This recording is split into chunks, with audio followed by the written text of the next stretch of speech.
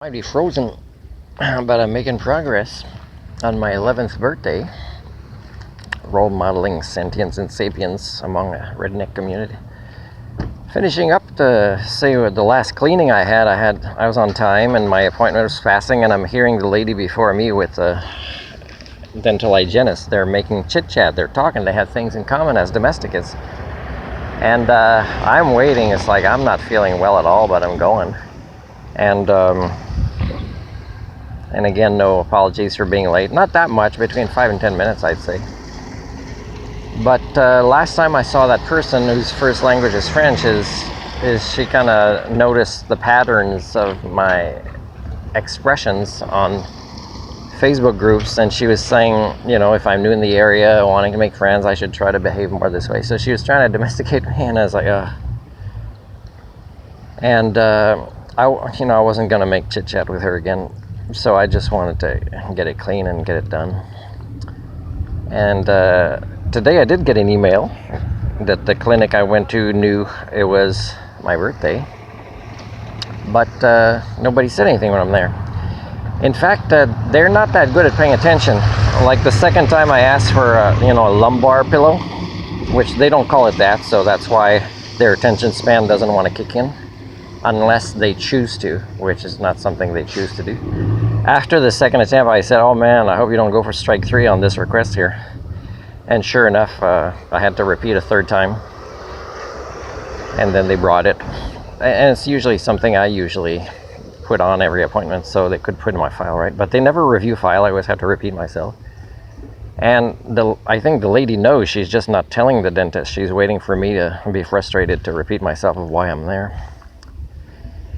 And it's, you get the dentists that you can. I mean, it's a lesser of multiple evils, I think, because, some of the dentists wouldn't even want me because of my dental plan. And he says, again, oh, apply for this, and he's not really confirming that he sent the request with pharmacare for the crown. I don't think he did, even though that's what I asked him to do. They don't care. I think they treat you better if you got a lot of insurance. They make the effort that meets the ethics they're supposed to have if you have more dental insurance. It's sad, that's the way it is.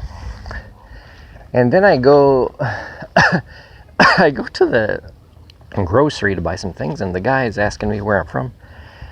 And I happened to say I was born in Quebec, French my first language, and I didn't know he was interested in that, but it turns out that I noticed this in his answer because he was trying to speak to me in French, and man, it was rough.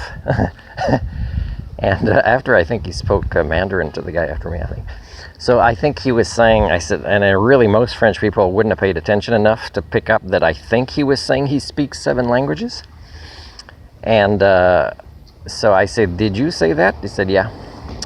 And I said, oh, that's probably your motivation for asking me where I'm from, is, your passion about. And it makes me think again about the 12 times I refuse, about a dozen times I refused to go teach English in China, because I told them at the end, I said, I think it's cruel you want to teach a few English words to Chinese kids with who you hire. Not with me, they'd learn a lot more, but that you don't teach them communication. I think it's cruel to have a lot of languages but bad communication. And I'm not saying that specifically about that guy, but he's not at my levels of communication. For example, what I could pick up and notice about him and his passions. I'm going to apply for a job here, part-time, if there is one. And the other thing is, I go to it's my 11th anniversary today. And I asked for an appointment.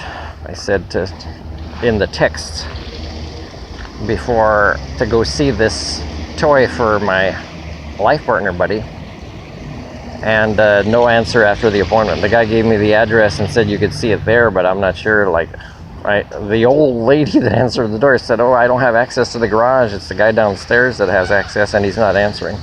It's so hard to park frickin' 1715 Sloan and move the motorhome, go up the hill. It's expensive.